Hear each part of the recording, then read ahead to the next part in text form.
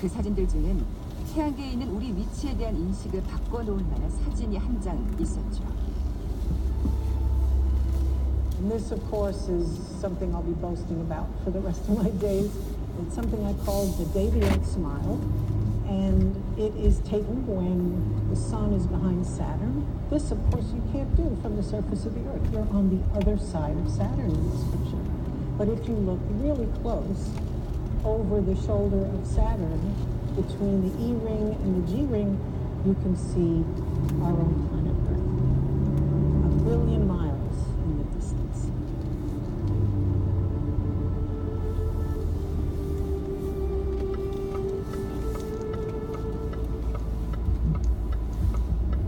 We have cleared the tower, and the King's spacecraft is on its way to Saturn.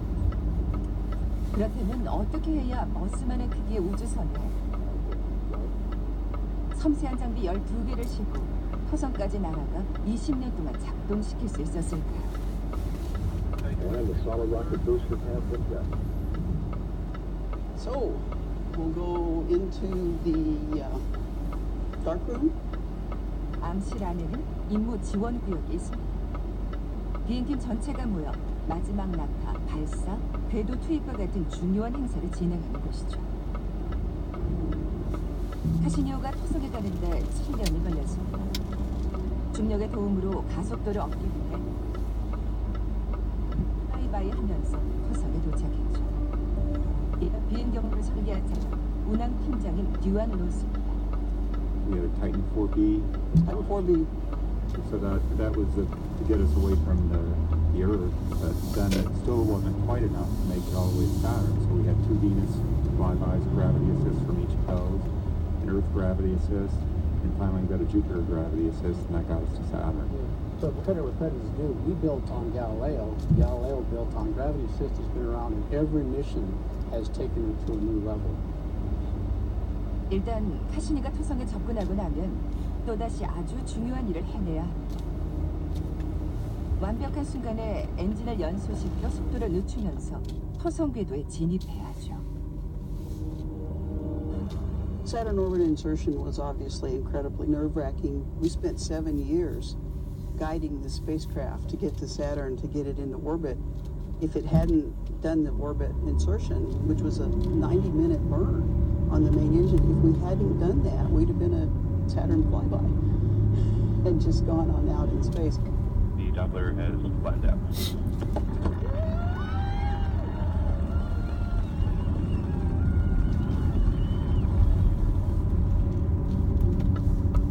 카시니는 13년 동안 활동하며 태양계의 보석인 토성의 모습을 밝혀왔습니다. 폭풍이 소용돌이치는 거대한 가스, 춤을 추며 도는 여러 위성들, 종이처럼 얇은 얼음 고리가 둘러싸여 있는 행성 말이죠. What really gives Saturn its enormous cosmic reach are the rings. We're not used to seeing this vast sheet of icy debris looking so incredibly flat. You think it can't possibly be natural. 고리의 형성 과정은 아직 밝혀지지 않았습니다. 고리와 위성들과 행성 간의 중력 작용이 복잡하게 얽혀 있기 때문이죠. So this is one of those discoveries we made that really threw us for a loop. This is the outer edge of the B ring, and these, as you can see, are spiky shadows that are created by these features here that are sticking up 2.5 miles. 2.5 miles above a sheet of debris that's only 30 feet thick. It's just extraordinary. It's out of science fiction. That's what this whole mission has been.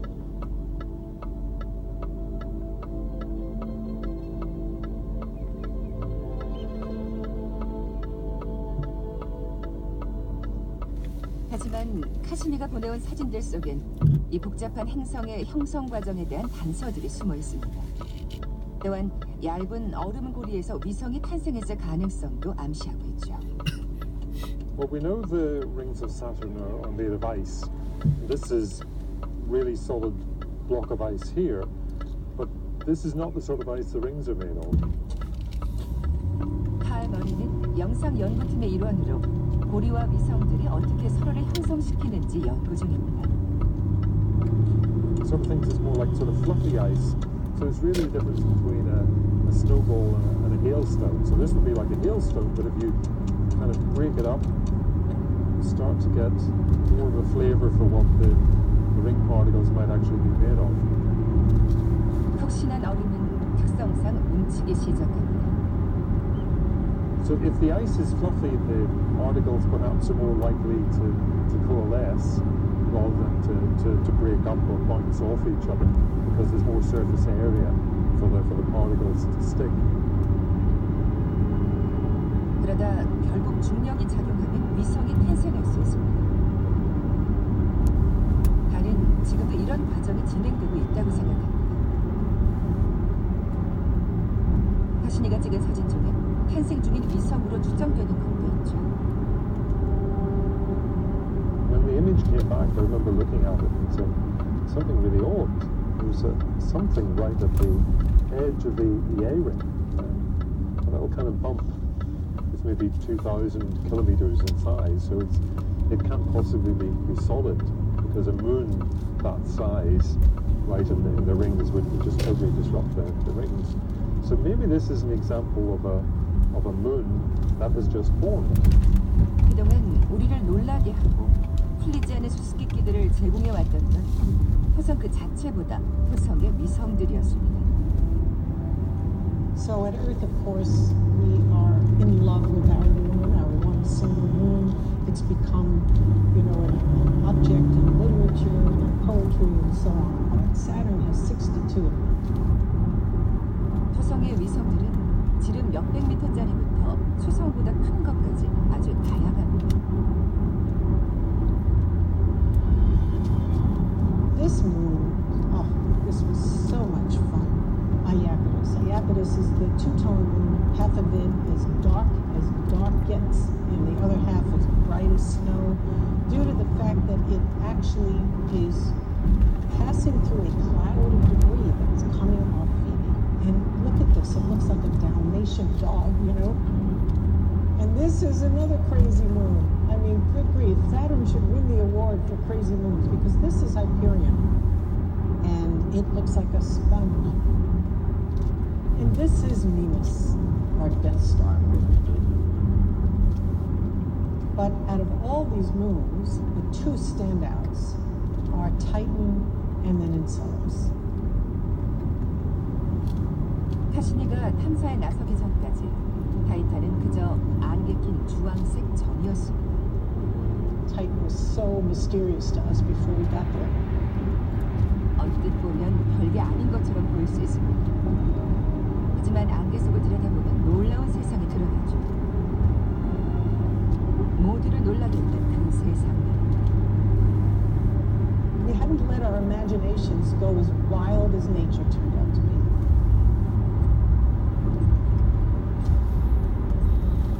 타이탄에 대한 비밀은 2004년 12월 24일 카시니에 탑재됐던 유럽의 하이언스 탐사정을 떨어뜨리면서 밝혀지기 시작했습니다. The Huygens deploy, we actually did that on Christmas Eve in here. It was the last year my father was alive, and this was a really important thing for him. And so he was able to sit up in the balcony and see his daughter say, release the probe.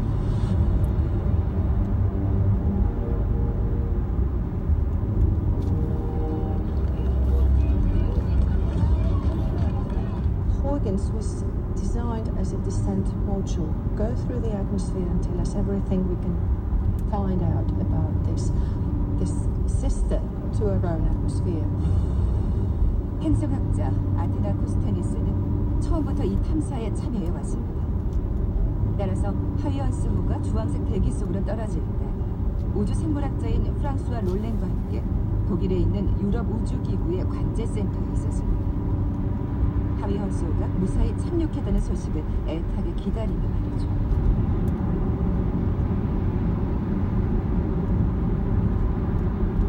All big room waiting anxiously, and suddenly on the screen the first picture.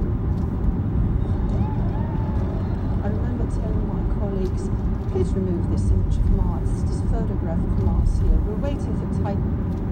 So I was thinking just for a few seconds that it was a joke from these other guys who just wanted to to make us happy. So it's Titan, isn't it? It's Titan. We can see the pebbles on the ground. We can see the surface. And we knew it wasn't a joke because we saw some very rounded rocks, pebbles, that we don't see on Mars. And just looking at that, it was clear that, well, there was some liquid which were flowing here to make to be able to around those rocks. 그게 사람들이 처음 본 사진이었지만 최고는 아직 따로 남아 있었습니다. 하위연수원은 주황색 연기 속을 내려가며 2시간 반 동안 귀중한 자료들을 열심히 모았죠. They were taking images on the way down. The Huygens probe spun, and finally they broke through the clouds, and they got into the clear region of the atmosphere, and they could actually see the surface clearly.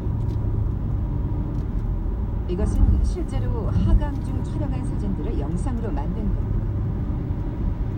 하위연수호가 녹음한 타이탄의 주황색 대기 소리와 함께 말이죠.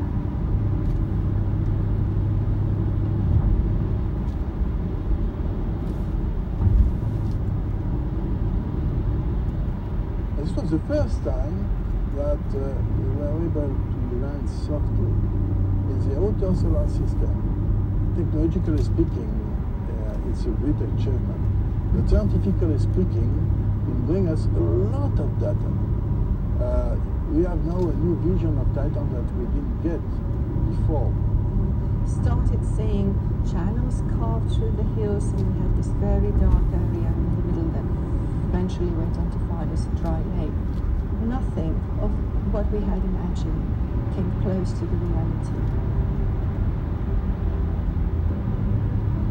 하위연수호가 타이탄 표면에서 사진들을 찍은 뒤에도 가시니는 오랫동안 타이탄 위에서 탐사를 계속했습니다. We went by Titan over 125 times. 플라이바이는 엄청난 정확성을 요합니다. 졸리는 플라이바이를 준비하기 위해 카시니와 주변 우주에 대해 모의 실험을 합니다. 이것은 통합검사 연구실이죠. This stuff is 25 years old. This was built in the early 90s. State of the art at the time. All of these racks here and all of the racks over here are how we simulate the universe. Cassini's in there. Those are the star cameras, and the computers are back in the back. That's real flight equipment. A real-time, absolute time. 졸리는 만일의 사태를 예측하고 모든 동작을 연습하기 위해 모형을 이용합니다. We must have run 10,000 simulations. When you fly spacecraft, you have to learn how to fly them. So the first 2 or 3 years were the most difficult because you're kind of learning what makes the personality of the spacecraft. So it should be right at the beginning. So you're going to hit 1044. You're in the last 20 minutes, right? 졸리와 팀원들이 세심하게 계획하고 끝없이 모의 실험을 한 결과 가시니는 20년 동안 완벽하게 작동하고 있습니다. Engineers are somewhat superstitious that we believe that if we practice it, if we practice the worst case scenario, it won't happen. I didn't change anything. There's engineers and there's science, and we're the engineers. So scientists like to constantly be surprised, right? They like new data. They like to say, oh, I don't know what this means. I don't know what that there's something new. Engineers do not like to be surprised. 카시니는 과학자들을 실망시키지 않았습니다. 수많은 수수께끼와 놀라움을 선사했습니다. 특히 놀라운 건 타이탄의 표면이 대기를 공급하는 거대한 메탄 바다로 이루어져 있을 거라고 예상했지만 실은 4년 동안 한 방울도 찾지 못했다는 거죠. And then it got even more perplexing when the radar team on Cassini returned evidence of dunes. I mean, talk about wild and unexpected. These are dune fields, and the dunes are enormous. They're several kilometers apart. They're 100 meters high, and they go on and on for hundreds of kilometers. dunes, and in all these dark areas that you see, it's covered with dunes. 언뜻 보면 이 모래 언덕들은 지구에 있는 거대한 모래 언덕들과 아주 흡사해 보입니다. 하지만 좀 더 세심하게 살펴보면 결정적인 차이점들이 드러나죠. So one of the biggest mysteries in terms of type dune signs is that they appear to be oriented in the wrong direction. 타이트한 모래 언덕은 왜 방향으로 날리지 않습니다. 풍에도 무너지지 않는 것처럼. 조지 맥도널드는 타이탄 모래의 특별한 성질을 밝히려 노력해왔죠. One idea is that these dunes are cohesive or sticky, the grains that make them.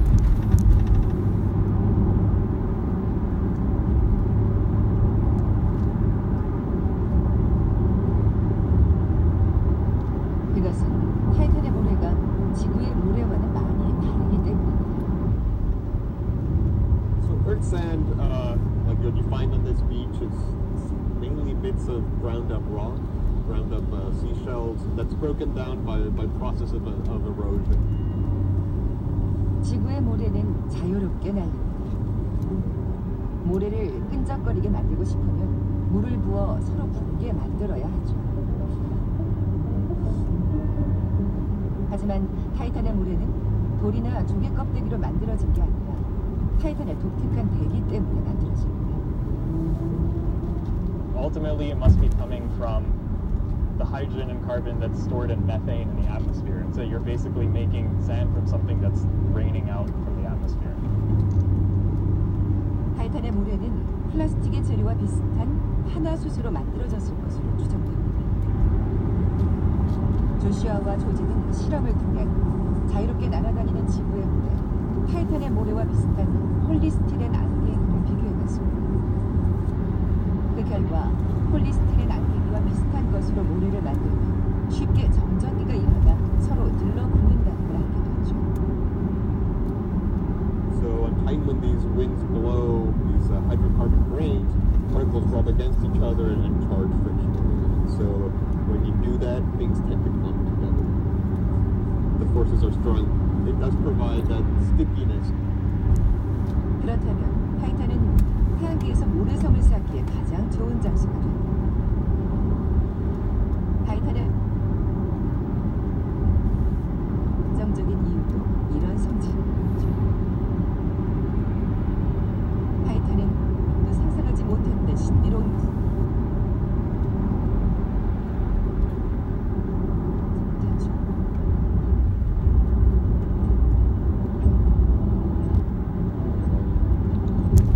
하위 환수호가 착륙한 지 5년쯤 카스니의 장비 중 하나가 안개 속에서 반짝이는 무언가를 발견했습니다. That is basically the sun, the sea of Krakenmare.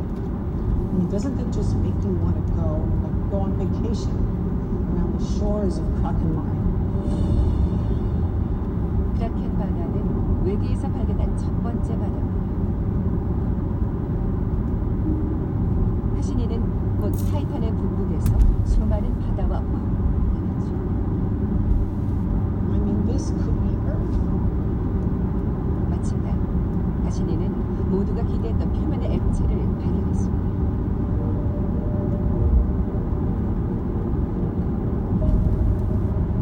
In many ways, this lake is much like what we would find on Titan, but in other ways, different.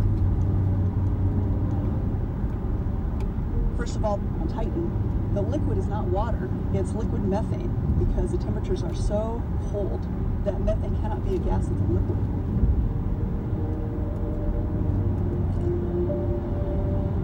The sky would not be blue, it would be kind of a deep orange. There's a lot of haze in the atmosphere. We might be able to gaze through the haze and see a Saturn off in the distance with its rings. 이 순환은 구름이 비가 되어서 강과 호수 바다로 흘러들어가죠. 타이탄도 마찬가지. 다만 물 대신 메탄이 순환하죠. this methane actually follows exactly the same cycle that water has on Earth, evaporating from the oceans, getting into the atmosphere, making clouds of methane type, falling through the atmosphere in the form of rain of methane type. But all of this is exactly the same processes we have on Earth, but with completely different materials. 표면에 액체가 있다면 특별한 장소 또한 찾을 수 있습니다. 바로 고체와 기체와 액체가 만나는 해변이죠. We're thinking more and more about the importance of beaches as a possible cradle for life on Earth. What's so vital about a beach is you have this space where there is liquid interacting with solid materials, important building blocks, and the atmosphere. All three of those things can coexist on a beach. Those things together basically enable the right kind of chemistry, the right chemical conditions that may lead to life. Tons of larvae.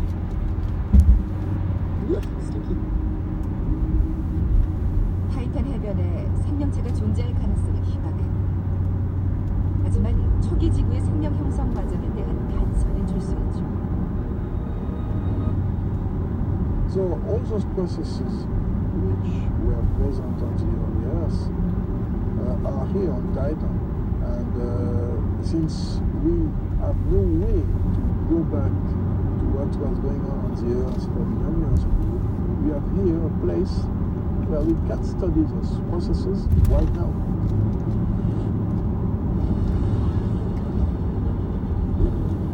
가시니에겐 타이탄에 대해 밝혀낼 비밀이 한 가지 더 있었습니다. 깊이 파묻혀있던 비밀이죠. 그래서 과학자들은 타이탄을 볼 수 있는 도구를 구하려했습니다. Our main goal is determination of what's inside Saturn's moons. To determine what's inside requires measurements which are indirect. 타이탄의 내부를 직접 볼 수는 없기 때문에 루치아노 교수는 가능한 방법으로 대신해야 했습니다. 그는 우주선을 거대한 물체 옆으로 빠르게 지나가게 했죠.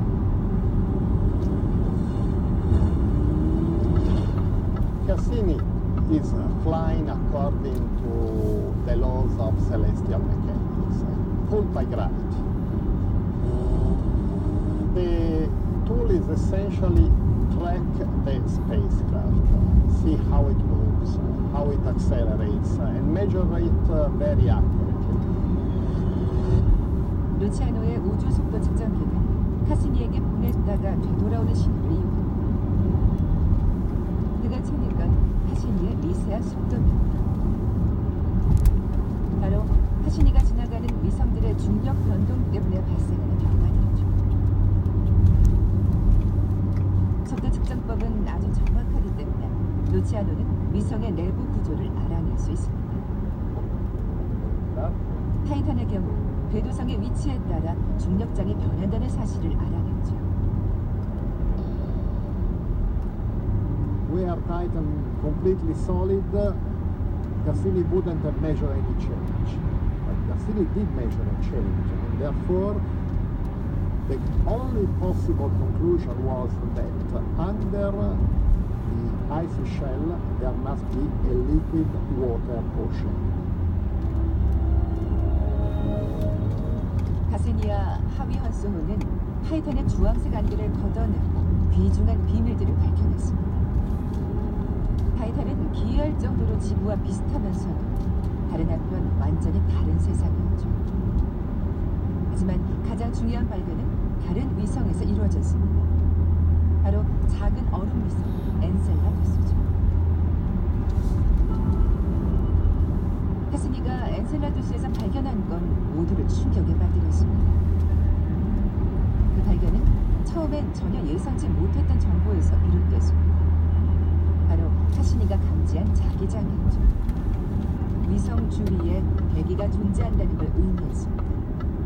아무도 예상치 못했던 물을 함유한 대기가 말이죠. 한 달 뒤 두 번째 플라이바이는 그러한 결과를 확인해줬습니다. One of the reasons we waited for the second flyby is it was really weird to see that there was potentially an atmosphere on the first flyby. Because Enceladus is small, and so the implication was there was something generating the atmosphere. So this was a real surprise. That's why I was so wary about saying anything until we'd had the second flyby, just to make sure. Because, you know, you don't want to make a fool of yourself. 미셸과 팀원들은 이 중요한 사실을 알릴 때가 됐다고 생각했습니다. We knew for us to be able to have a chance of really seeing what was going on in Enceladus, we needed to get closer. And so we made the decision that I would go out to JPL and try and persuade the project to take us really close. 그래서 미셸은 데이터의 이상 신호를 갖고 패서디나로 갔습니다. I went out to JPL. It took a lot of discussion. Not everyone was supportive. Some of the teams would then lose some data because some of the planned observations of Enceladus would have to change. But the project talked about it, and they then decided we would go much closer on the third flyby. The principal investigator of the magnetometer, God bless her, she went into action and convinced the project to take the spacecraft close to the South Pole so we could all get a better look. And I must confess I didn't sleep for 2 or 3 nights before that close flyby, because if we hadn't seen anything, no one would ever have believed anything I said again. So, but what we found was spectacular.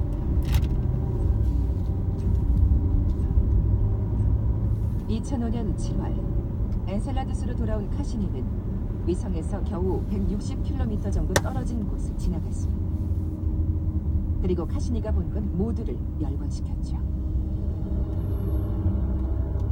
We finally got to see the South Pole of Enceladus, and here it is. It's crisscrossed by these major fractures. 호랑이 줄무늬라고 이름 붙여진 이 균열은 열을 발산하고 있었습니다. Heat. I mean, who expected the South Pole of Enceladus to be hot? And what we found was instead of the atmosphere covering the entire surface, it was just focused at the South Pole. 그뿐만이 아니었습니다. 호랑이 줄무늬에서는 거대한 간헐천처럼 얼음층에 생긴 균열 사이로 수증기와 얼음 입자가 뿜어져 나오고 있었죠.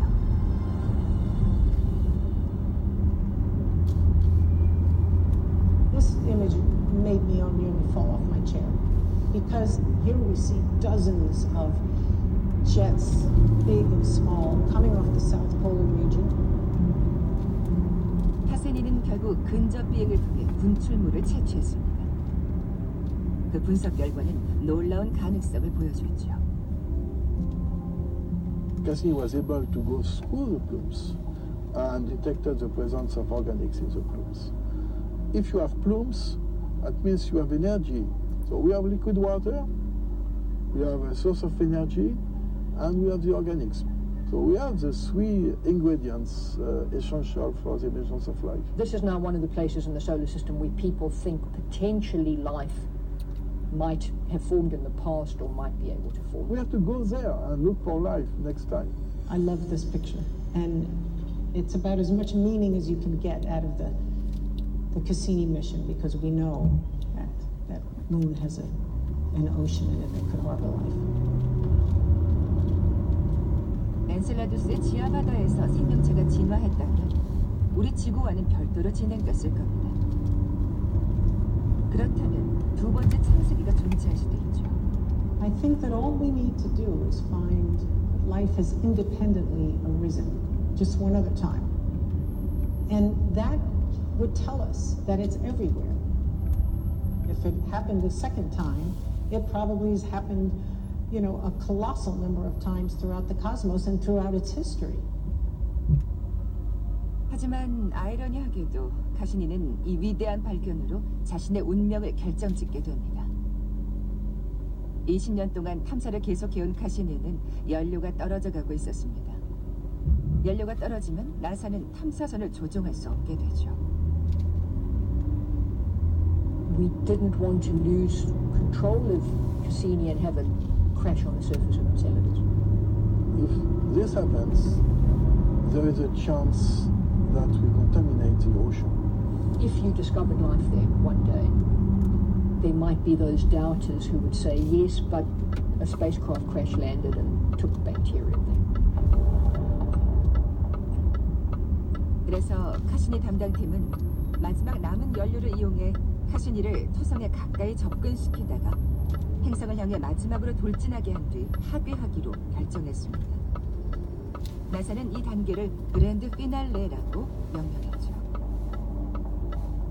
Systems Cassini station is currently looking for the X-band one-way carrier signal. 2017년 4월 카시니 탐사에 참여했던 많은 과학자들이 마지막 임무가 시작되는 걸 보기 위해 나사에 모였습니다. There's a real buzz here of excitement and, slight nerves as well. The reason it's so exciting is this is the start of the end of the mission. We're running out of fuel and we're going to make sure we go out with as much great science as we can. 그랜드 피날레는 토성의 대기 상층부와 고리 사이로 뛰어드는 무시무시한 일로 시작합니다. 위험한 일이지만 임무가 끝나가기 때문에 전에는 생각도 할 수 없었던 위험을 감수할 수 있었죠. 가신이는 그 어느 때보다 토성 가까이에서 탐사를 하게 될 겁니다. We're actually traveling with the high gain antenna pointing the direction of travel, and that will protect the spacecraft and most of the instruments from any dust in the rings. 안테나를 방패로 사용하면 위험은 최소화할 수 있지만 움직이는 동안 지구와 통신을 할 수가 없습니다. 때문에 카시니가 무사한지 알려면 기다려야 하죠. Everything looks great. We're just now waiting for the data.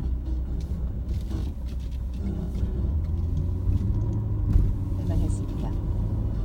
고리 안으로 들어가면 토성 고리의 질량과 나이, 토성의 정확한 하루 길이 등 오래된 수수께끼를 탐색할 수 있을 뿐 아니라 마지막 순간에 토성 대기의 실제 구성 요소도 조사할 수 있기 때문이죠. Ansco Systems Cassini Ace, I can confirm science playback is in lock and starting to run. 뾰족하게 솟은 초록색 선은 카시니가 다이빙에서 살아남았다는 신호입니다. 그래서 이제 지구로 데이터를 보내고 있죠. Oh, well, we saw the signal back from Cassini. It's safe and it's sending data back. So it's the answer that we wanted. I'm so relieved. 그랜드 피날레는 토성과 고리 사이로 다이빙을 22번이나 감행한 뒤 토성의 대기 속으로 뛰어들게 돼 있습니다.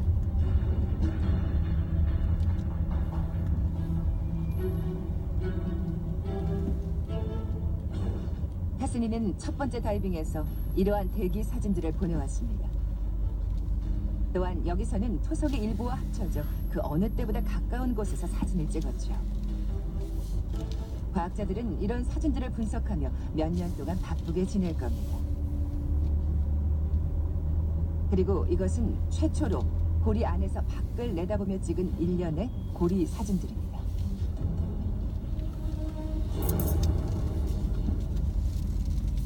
It's coming in right now. Yeah, we are at about 2 hours before the plunge. 졸리는 카시니가 마지막 임무를 수행하는 동안 최후까지 자료를 모으고 전송할 수 있도록 만전을 기하고 있습니다. So what my team is doing right now is simulating the last 4 hours of Cassini's life. We've cleared off the solid state recorders. We've dumped down all the pictures. All we're doing is as much real-time data as we can. 데이터는 안테나가 정확히 지구를 향하고 있을 때만 보낼 수 있습니다.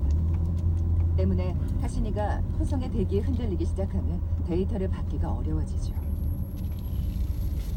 So what we do is we let the spacecraft go until it hits the 2 milliradian deadband, and then it fires a thruster to push it back, and then we let it drift over to the other side.